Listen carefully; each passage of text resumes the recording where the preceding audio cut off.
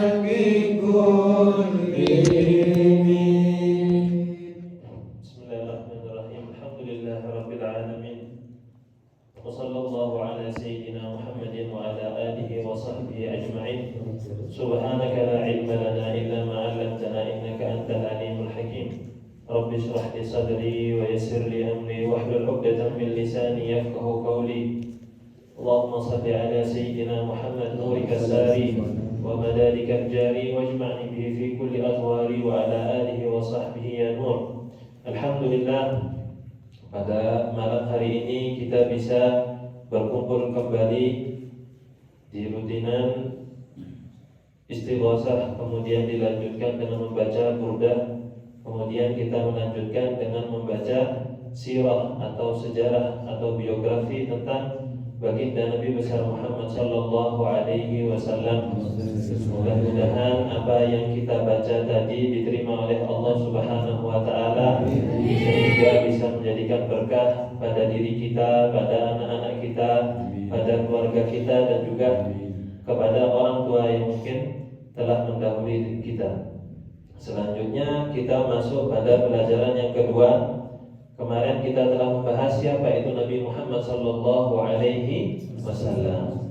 Hari ini insya Allah kita akan membahas dua pelajaran langsung. Yang pelajaran yang kedua yaitu adalah nasab dan wafatnya ayahnya baginda Nabi besar Muhammad sallallahu alaihi wasallam. Ayahnya Nabi Muhammad sallallahu alaihi wasallam yaitu namanya adalah Abdullah. Jadi Nabi Muhammad sallallahu alaihi wasallam namanya adalah Sayyidina Muhammad ibn Abdullah ibn Abdul Muttalib ibn Hashim ibn Abdi Manaf ibn Qusay ibn Hakim. Ada riwayat yang mengatakan ibn Kilab, tapi guru kami mengatakan bahwasanya lebih afdal, lebih bagus, lebih beradab apabila kita menamainya Hakim. Itu yang disampaikan oleh salah satu guru kami, yaitu Habib Umar bin Muhammad bin Salim bin Hafid. Dia berkata bahwasanya namanya aslinya adalah Hakim. Kenapa kok namanya Hakim? Atau yang lebih terkenal Kilab? Karena dikatakan bahwasanya Sayyidina Hakim ini senang untuk berburu. Senang berburu dan menggunakan anjing. Jadi beliau dulu sering banyak punya anjing untuk berburu. Untuk hukumnya bagaimana berburu dengan anjing, monggo ditanyakan kepada Ustaz Allah nanti. Gimana hukumnya? Tapi itu telah dijelaskan di dalam Al-Quran, kalau nggak salah dalam surat Al-Maidah, insya Allah. Ya, kalau nggak salah itu. Kemudian ibundanya Nabi Muhammad sallallahu alaihi wasallam adalah Sayyidatuna Aminah. Ya, kalau disebutkan di dalam Maulid Tiba itu bahwasanya Nabi Muhammad SAW tidak pernah orang tuanya Nabi Muhammad, kakek-kakeknya Nabi Muhammad, buyut-buyutnya Nabi Muhammad SAW itu melakukan perbuatan zina. Sampai suatu ketika baginda Nabi besar Muhammad SAW ketika melakukan bai'ah, awal bai'ah kepada para sahabat. Di sana disebutkan salah satu syaratnya adalah alla taznina, untuk tidak berzina. Ketika itu para sahabat yang tangannya berpegangan dengan Nabi Muhammad SAW kemudian spontan melepaskan tangannya. Rasulullah SAW tanya, kenapa kalian semua melepaskan tangan kalian sama saya? Dijawab, ya Rasulullah, ini orang-orang zaman dahulu ya. Ya Rasulullah, tidaklah perbuatan zina itu pantas bagi orang yang merdeka. Maksudnya siapa? Berarti yang berzina itu hanyalah budak. Oke? Budak kalau bahasa Indonesia ya kita paham budak. Tapi kalau ke bahasa Malaysia budak itu artinya anak-anak. Tapi budak di sini adalah budak. Ya kalau orang merdeka seperti kita melakukan zina itu tidaklah pantas. Kemudian Rasulullah SAW melanjutkan suatu ketika akan datang suatu zaman di mana bahwasanya akan banyak anak-anak hasil perbuatan zina. Waliyahillah, mudah-mudahan keluarga kita dijaga dari perbuatan zina. Ya. Itu adalah ibundanya adalah namanya Sayyidatuna Aminah bintu Wahab ibn Abdi Manaf ibn Zuhra ibn Hakim. Jadi dari dari ayahnya Rasulullah, dari ibundanya Rasulullah, nasabnya ketemu pada Sayyidina Hakim. Ya. Jadi masih kerabat. Kemudian di sini dijelaskan oleh muallif, oleh pengarangnya, fatajtami'u ummuhu ma'a walidihi fi jaddihi al-khamis wa huwa Hakim. Dikumpulkan nasabnya Nabi Muhammad dari jalur ayah sama jalur ibu, yaitu pada Sayyidina Hakim. Sayyidatuna Aminah adalah perempuan yang sangat luar biasa. Sampai-sampai dikatakan suatu ketika Sayyidina Abdullah, kebiasaan makanya diturunkan ayat surat di dalam Al-Quran, yaitu surat Al-Quraisy, Ila fi Quraisy. Itu membahas tentang kehidupan bagaimana orang Quraisy. Jadi orang Quraisy mereka memiliki perjalanan, atau kalau bahasanya kita perdagangan, dua musim. Satu musim panas, satu musim dingin. Ya, ketika musim dingin mereka perginya ke Yaman. Ketika musim panas mereka perginya ke daerah Syam. Yang dijual macam-macam. Ya. Suatu ketika Sayyidina Abdullah ini ayah dari Nabi Muhammad SAW, beliau pergi ke negara Syam. Ya, di sana kemudian ada satu orang perempuan, diriwayatkan cantiknya luar biasa, kayanya masya Allah. Kaya, sudah kaya, cantik. Otomatis kalau hitung-hitungannya sekarang ya bahasanya perfect, sudah sempurna, sudah cantik, dapat kaya pun oke. Ya. Akhirnya apa? Perempuan ini datang kepada Sayyidina Abdullah. Wahai Abdullah, kamu namanya Abdullah? Iya. Kamu datang dari Jaziratul Arab atau dari Hijaz? Iya. Mau nggak kamu kawin sama saya? Kalau kamu tidak mau kawin sama saya, kamu berzina sama saya sekali aja katanya. Tidak lebih, sekali aja. Kemudian Sayyidina Abdullah orang memiliki iman yang kuat. Beliau mengatakan tidak. Setelah itu beliau pulang ke Mekah lagi. Akhirnya beliau kawin dengan Sayyidatuna Aminah. Ketika selesai kawin dengan Sayyidatuna Aminah, beliau berangkat lagi ke negara Syam, ketemu dengan perempuan yang sama tersebut. Sama Sayyidina Abdullah digoda. Kamu masih mau sama saya? Tidak. Kenapa kamu tidak mau sama saya? Karena cahaya yang ada di wajahmu itu sudah berpindah ke rahimnya seseorang. Jadi si perempuan tersebut sudah tahu bahwasanya kelak keturunannya Sayyidina Abdullah ini bakalan menjadi seorang nabi yang sangat mulia. Nah, terus kelanjutannya di sini walaqatu fi waliduhu wa huwa fi batni ummihi. Sayyidina Abdullah ini meninggal ketika Nabi Muhammad SAW sudah ada di kandungan ibunya. Wa umruhu 18 sanah. Dan dikatakan di sini umurnya, usia kandungannya dan umurnya Sayyidina Abdullah pada waktu itu meninggalnya muda. Beliau meninggal pada usia 18 tahun. Jadi tidak usah ditanya kawinnya usia berapa. Ngapunten, beda mungkin dengan kita. Mungkin anak sekarang usia 17 tahun, 18 tahun, mungkin masih sibuk. Sibuk dengan apa? Main game. Ya. Tapi kalau anak dulu, insya Allah 17-18 tahun pikirannya sudah luas. Ya. Karena apa? Didikan. Ya. Pendidikannya kita semakin tahun semakin merosot. Kita bisa salahkan siapa? Siapa yang mau kita salahkan? Zamannya kita yang tidak mendukung kita. Tapi bagaimana jenengan semua yang menjadi orang tua harus bisa mendidik anak dengan baik. Ketika didikannya baik, otomatis anaknya bakalan menjadi baik. Tapi kalau orang tuanya tidak mendidik dengan baik, maka jangan salahkan nanti kalau anaknya ketika besar, maaf-maaf, dan mudah-mudahan anak kita tidak seperti itu, durhaka sama orang tua. Oke, sekarang tergantung sama orang tuanya. Bagaimana orang tuanya mendidik anaknya tersebut. Karena anak itu adalah amanat. Nah, meninggalnya wadufina bil Madinah, dan meninggalnya di Madinah. Saya punya guru namanya Ustadz Ahmad Al-Bahar. Beliau salah satu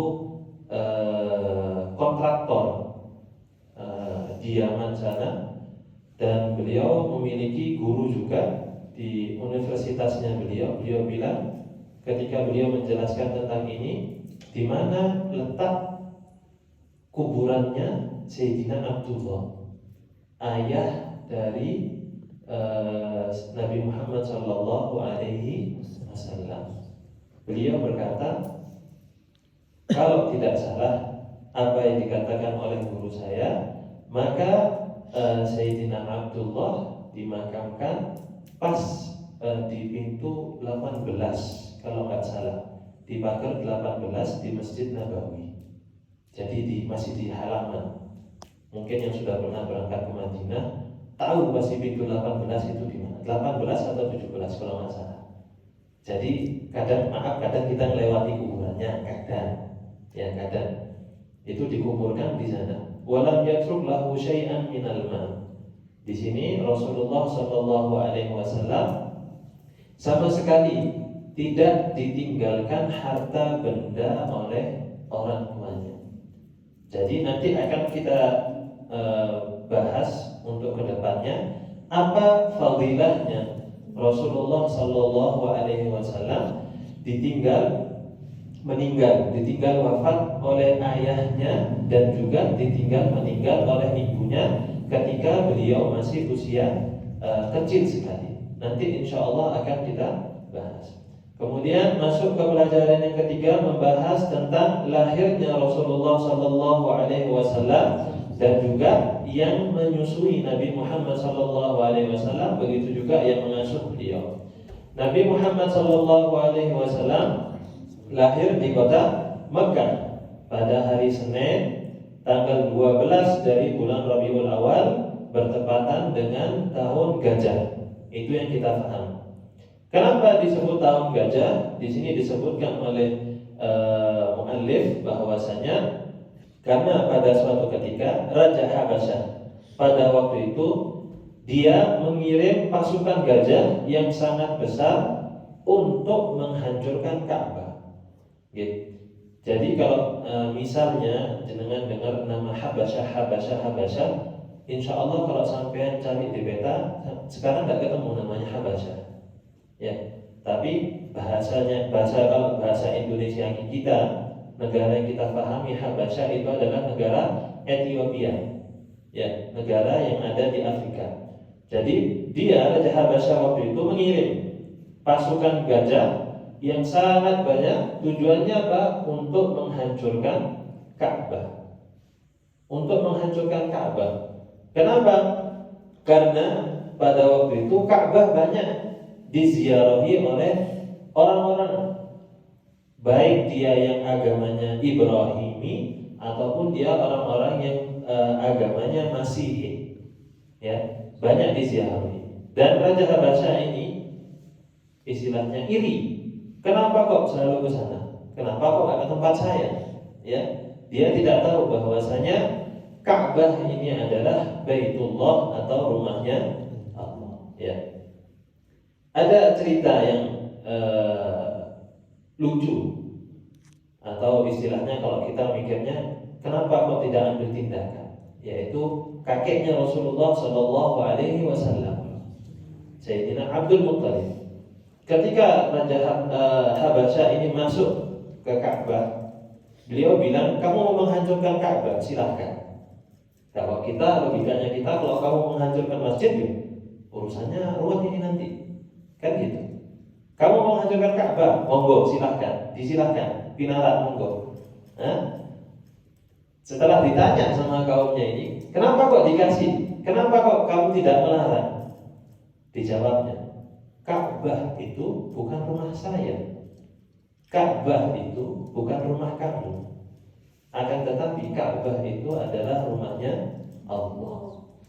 Jadi kalau dia menghancurkan rumahnya Allah, maka urusannya dia sama Allah. Akhirnya apa? Lunas. Tanpa dikasih sisa, dibayar kontan sama Allah Subhanahu wa taala. Yang sering kita baca dalam suratul Fil itu apa? Bahwasanya Allah Subhanahu wa taala mengirim burung ababil, yang mana di setiap burung ababil itu memegang batu yang sudah direndam di api neraka. Kemudian apa? Satu orang namanya sudah tertulis di batu tersebut dilempar di atas kepalanya. Diriwayatkan bahwasanya kalau kena batu tersebut langsung dari atas sampai ke bawah, tembus sampai ke bumi yang ketujuh. Lunas semuanya, rata, matang. Ya, enggak kayak misalnya kalau kita misalnya ke rumahnya Cak Nurul, biasanya disuruh ke rumah Cak Nurul, monggo Cak, kegenen dulu sih, enak, hangat nasinya. Ini batu dari neraka lunas, kasih seret, matang, kosong. Kemudian di sini dilanjutkan wa arda'athu ba'da ummihi Suwaibatul Aslamiyah. Yang pertama menyusui Rasulullah sallallahu alaihi wasallam yaitu ibundanya, yaitu Sayyidatuna Aminah. Kemudian dilanjutkan oleh Suwaibah Al-Aslamiyah. Suwaibah Al-Aslamiyah ini adalah budak dari Abu Lahab. Ketika Nabi Muhammad SAW lahir, budak tersebut dimerdekakan dengan syarat apa? Mengasuh Nabi Muhammad SAW. Oleh karena itu ada riwayat yang mengatakan bahwasanya Abu Lahab setiap hari Senin azabnya diringankan oleh Allah Subhanahu wa taala. Karena apa? Karena dia senang dengan kelahirannya Nabi Muhammad SAW. Guru kami Al-Habib Umar mengatakan, "Fakaifa bi farhati man bi fuadin tala'a imana." Orang yang kafir, yang kelak Abu Lahab itu pada waktu itu bakalan menjadi Fir'aunnya Nabi Muhammad SAW, itu ketika lahirnya Rasulullah ada, dia senang. Kemudian memerdekakan budaknya sama Allah Subhanahu wa taala, diringankan azabnya. Bagaimana dengan orang yang penuh hatinya dengan keimanan, yang penuh hatinya dengan ketakwaan, kemudian dia senang dengan apa? Hari kelahirannya baginda Nabi besar Muhammad sallallahu alaihi wasallam. Kalau kata guru kami Abu Ya Hasan itu bilang gini, kalau kamu bikin maulid jangan nanggung-nanggung. Apa yang kamu punya keluarkan. Karena apa? Rasulullah, kalau kamu bikinnya maulid Nabi Muhammad SAW, pasti tidak bakalan digratisi sama Rasulullah. Gak bakalan digratisi. Maksudnya gak bakalan digratisi apa? Misal Cak Su'eb hari Kamis besok ada maulid misalnya. Cak Su'eb bilang, wis tak bandani misalnya kentang 50 kilo. Kelihatannya keluar. Keluar 50 kilo ya. Tapi apa yang itu diganti oleh Rasulullah? Tidak. Bahkan apa? Insya Allah bakal digantikan 10 kali lipat, 100 kali lipat. Itu hitungannya Rasulullah. Kalau hitungannya kita, wah, tekor 50 kilo ini. Lihat misalnya diminta tolong Cak suruh jual kan kelihatan ini. Ya lumayan ini. Tapi insya Allah buat Rasulullah SAW pasti jangan tidak digratisi. Ya, itu kata guru kami Abu Hasan bilang seperti itu. Pasti tidak digratisi. Nanti kalian lihat sendiri bagaimana kembalinya. Nah, kemudian selanjutnya yang summa Halimatus Sa'diyah ila an balagha umruhu 4 sanawat. Dan yang terakhir di sini disebutkan bahwasanya yang menyusui Sayyidatuna Halimah, yang menyusui Rasulullah SAW adalah Sayyidatuna Halimah. sampai umur beliau usianya 4 tahun. Ketika diasuh oleh Sayyidatuna Halimah, di sini ada satu istilahnya penelitian. Kenapa kok Rasulullah Shallallahu Alaihi Wasallam ketika lahir itu kemudian diasuh atau dididik di perdesaan? Kenapa kok tidak dibiarkan di perkota, tinggal di kota? Kan Rasulullah hakikatannya lahirnya di kota Mekah, tapi apa? Dikirim ke desa. Tujuannya apa? Orang-orang yang tinggal di desa, satu, bahasanya lebih bagus daripada yang ada di kota. Yang kedua, tumbuhnya anak itu lebih sehat daripada yang ada di kota. Mungkin yang ada di kota, kalau sekarang gampangnya di tengah-tengah kota di Malang, polusi sudah pasti jelas. Pergaulannya juga Masya Allah, innalillah. Ya, tapi kalau di desa, Masya Allah. Ya, dan juga kenapa kok di sini dikatakan kenapa kok Rasulullah SAW sampai usia 4 tahun sama Sayyidatuna Halimah? Ini sampai kapan terakhir usia anak boleh nyusu sama ibunya? Sampai usia 2 tahun. Mana bagusan susu formula atau bebela, susu bubuk itu sama susu ibu.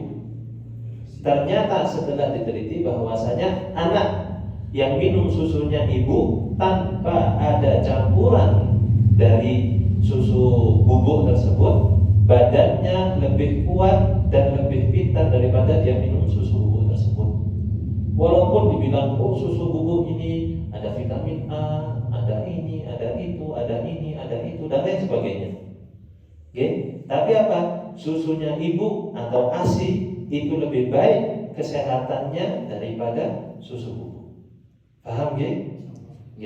Kemudian ada satu cerita terakhir, ada satu cerita yang kita dapat dari guru-guru kami.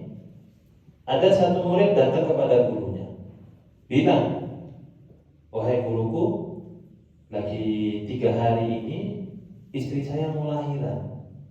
Kira-kira pendidikan apa yang harus saya siapkan untuk anak saya? Ini ciri-ciri suami idaman. Anak belum lahir sudah disiapkan apa pendidikannya? Terus dijawab sama gurunya, telat kamu sekarang. Loh, enggak, mungkin gurunya enggak paham. Enggak, belum, dengar guru. Ini 3 hari lagi baru mau lahir. Iya, telat kamu. Yang pertama, kapan kamu harus menyiapkan anakmu supaya anakmu menjadi baik? Yang pertama, carilah perempuan yang solihah. Ya. Oh, berarti tugasnya laki-laki cari perempuan yang solihah. Terus tugasnya perempuan cari suami yang gimana? Yang soleh dong. Jangan, gara-gara sampean ini solehah anakku tadi ngene ya ada, ya. Atau ibu nali thayyibat itu kalau katanya di Al-Qur'an. Orang yang baik dari laki-laki ya untuk orang yang baik dari perempuan. Gitu.